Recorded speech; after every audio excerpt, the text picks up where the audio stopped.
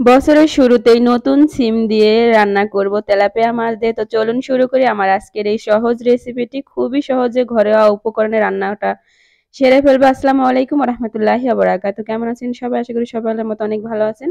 আমরা আলহামদুলিল্লাহ আল্লাহর অশেষ রহমতে অনেক ভালো আছি। তো এখানে আমি দেখুন সিমগুলো আমি কিভাবে কেটে নিয়েছি। বড়টা আমি একটা ফালা দিছি আর যেটা ছোট সেটা আর টুকরা করি নাই।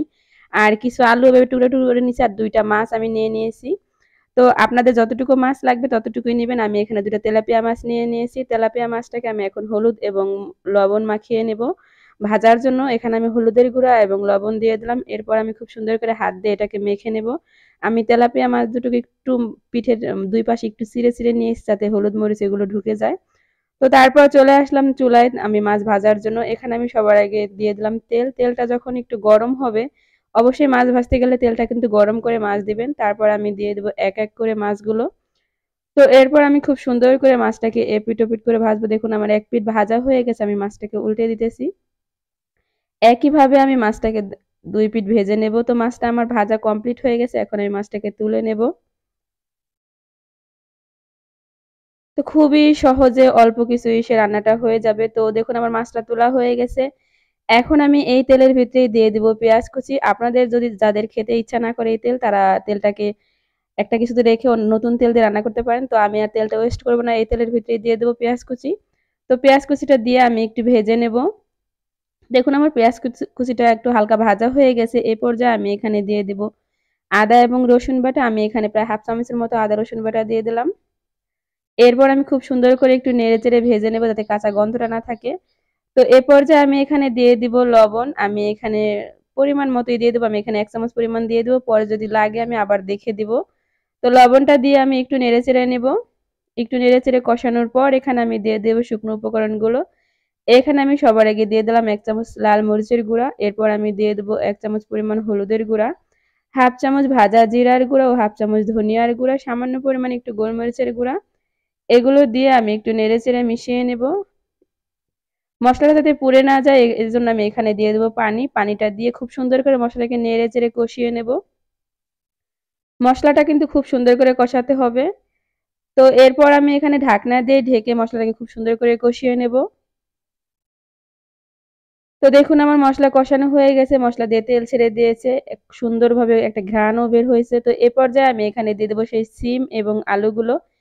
এগুলো দিয়ে আমি খুব সুন্দর করে নেড়েচেড়ে নেব। শীতকালে কিন্তু সিম বেশি মজা লাগে কিন্তু এভাবে এখন আমরা ভাবছি সিমটা মজা হবে না কিন্তু সেই পরিমাণে মজা হয়েছিল ভাবতেই পারিনি যে এত পরিমাণ টেস্ট হবে তেলাপিয়া মাছ দিয়ে রান্না করলে। তো আমি খুব সুন্দর করে ঢাকনা দিয়ে আবারও ঢেকে দেব। আমি খুব সুন্দর করে কষিয়ে নেব কারণ যত সুন্দর করে আপনারা যে সবজি রান্না করেন কষান তত কিন্তু মজা হবে।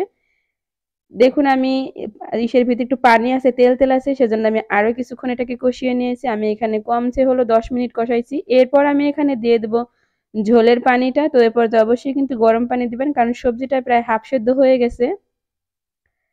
তো আপনারা আপনাদের পছন্দ মতো পানি দিবেন। যে যদি ঝোল খেতে পছন্দ করেন তাহলে একটু বেশি দিবেন। আমি খুব একটা ঝোল রাখবো না সেজন্য এতটুকু পানিই দিব। এরপর আমি ঢাকনা দিয়ে এটাকে ঢেকে দেব।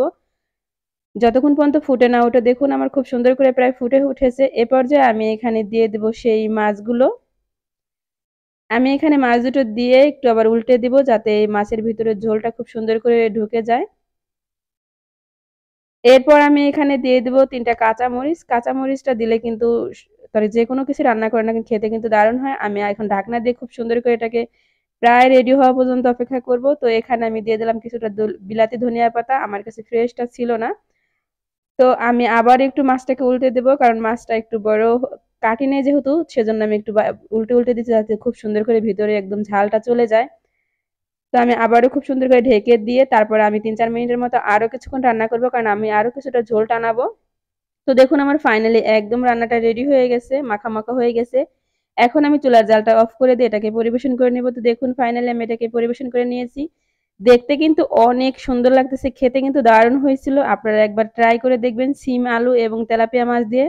তো ভিডিওর এ পর্যায়ে যারা আসছেন এখনো একটা লাইক দেন নাই, প্লিজ একটা লাইক দিবেন। আর চ্যানেল নতুন হলে কিন্তু সাবস্ক্রাইব করতে একদমই ভুলবেন না। অলরেডি যারা সাবস্ক্রাইব করেছেন নিয়মিত আমার ভিডিও দেখেন তাদেরকে অসংখ্য, অসংখ্য ধন্যবাদ। এভাবেই আপনারা আমার পাশে থাকবেন। তো বন্ধুরা ভিডিও মোতাবেক একটা কমেন্ট করবেন। আপনাদের সুন্দর, সুন্দর কমেন্টগুলো পড়তে কিন্তু আমার অনেক ভালো লাগে। আপনাদের কমেন্টগুলো আমার পরবর্তী ভিডিও বানানোর উৎসাহ জাগায়। তো সবাই ভালো থাকবেন, সুস্থ থাকবেন। আজকের মতো এখানেই বিদায় নেব। আসসালামু আলাইকুম ওয়া রাহমাতুল্লাহি ওয়া বারাকাতুহু। আল্লাহ হাফেজ বন্ধুরা।